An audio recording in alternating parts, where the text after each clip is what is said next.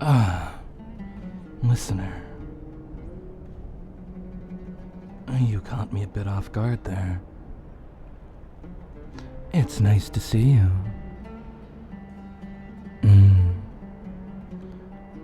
What can I do for you?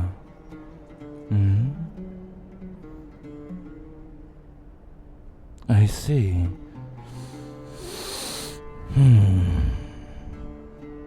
You would like me to read you a story? Oh well. I guess I can do something like that for you. If that's what you want, then sure, I'll read you something nice. No, first here, take this. Wipe that sweat off your forehead. And lay under the tree with me. You do look exhausted. So I'll help you take a nap, huh? Shh. Just relax. I'm here for you. Don't you worry about a thing. Now this story is called 1,000 Nights. Would you like to hear it?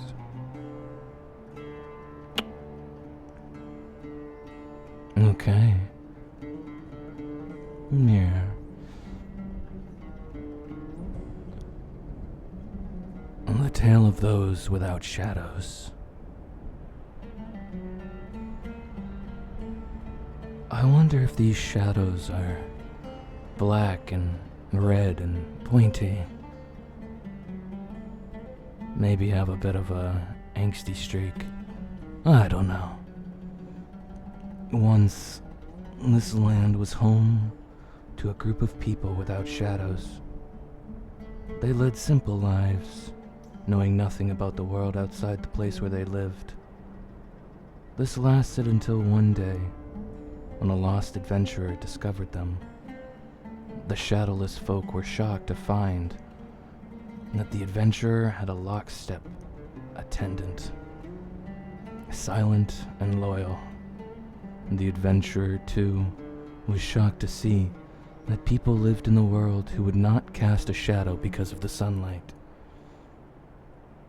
Never in my wildest dreams did I think that I would make such a discovery, said the adventurer. Dreams? We have not had those in a long time, said one of the shadowless people. Our elders tell us that all dreams have already been dreamed. Shadows hide the secret of the soul, and you have no shadows, and that is why you do not dream, said the adventurer. Perhaps you did once have shadows, just like you once did dream. If that is so, where shall I go to find that which I have lost? Go to the secret forest. Many dreams dwell there, and perhaps those who capture dreams there may have some extras to share with you. And so, the young, shadowless person left his homeland behind, traveling far off to visit the secret forest the adventurer had spoken of. And this forest was filled with layers of shadows, the shadows of the clouds, tree canopies. Even the tiny birds cast large shadows over the soft soil. And day after day, he passed between the crisscrossed shadows. Shadows hide the soul's secrets, he thought. And perhaps he was the only one here without any secrets. And so, one day, he discovered that all dreamscapes were open to him, for he had no dreams. But it was because of this that he could enter the dreams of others. In many dreams he witnessed, the birds dreamed of vivid colors, the tiger of fragrant scent, but He did not see those who capture dreams, nor did he discover the excess dreams that were spoken of. The dreams, the shadows, and the beings that dwelt here could be matched one for one. And so he wondered if the adventurer had cheated him, and if there really was no such thing as a masterless dream. Just as there was no such thing as a shadow without a source.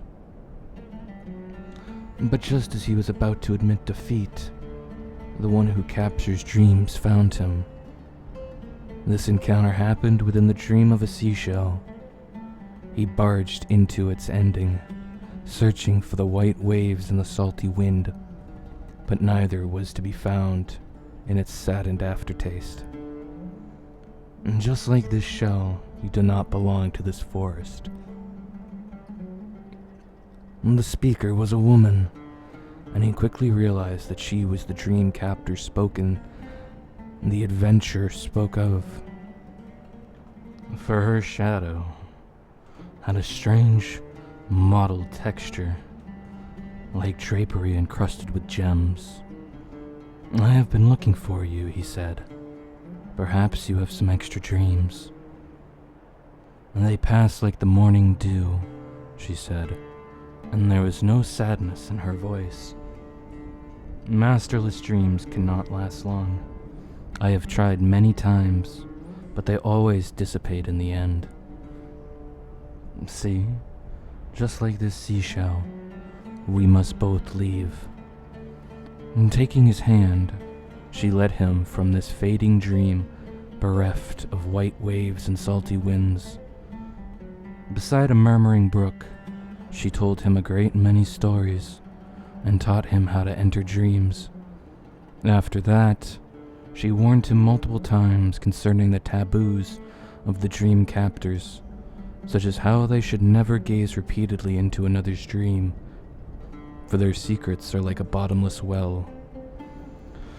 The nightmares are more cunning than you can imagine.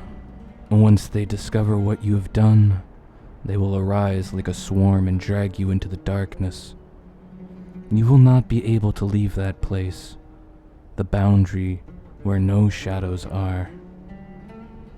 If you wait long enough, you will be able to make out meaningful words, names that linger in faded memories that no longer belong anywhere. And you know that you must not speak the names of the dead, or they will seek you out. "I once believed that none of you had shadows," he said honestly.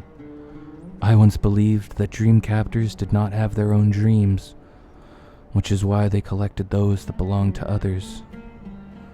The woman did not reply, her mottled shadow swaying in the night wind like a leaf. But the young shadowless man was too eager for the answer, and though the dream captor defended the shadows well, he found his chance nonetheless. Unlike the dreams of the forest beings, whose dream gates were wide open, it was a rugged path that led to the dream captor's dreamscape. It seemed evident that she had not hidden her secrets in other dreams, he thought. But what were her secrets, and whose dreams were theirs? The dream captor's dream was many-layered, just like the secret forest, and so he lost his way. And before he knew it, the nightmares were upon him.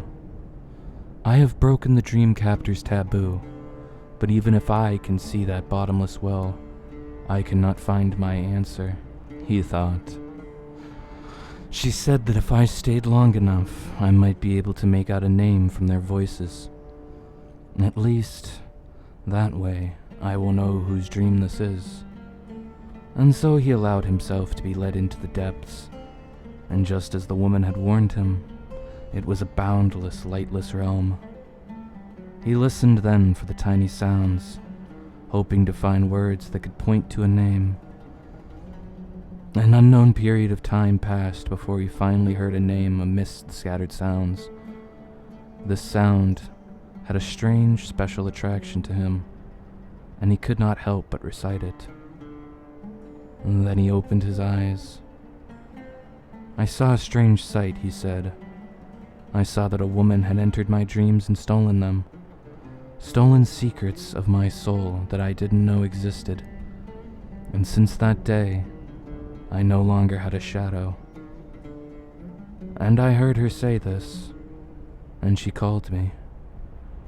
You know, she said, interrupting him, that one should not speak the names of the dead, or they will seek you out. The dream captor sat by the murmuring book, her mottled shadow swaying in the night wind like a leaf. That is but a tale about the dead. I have told you such tales before, but there are many more that have yet to be told. And so the dream captor continued to tell the young man, with no shadow, a story that none have yet heard.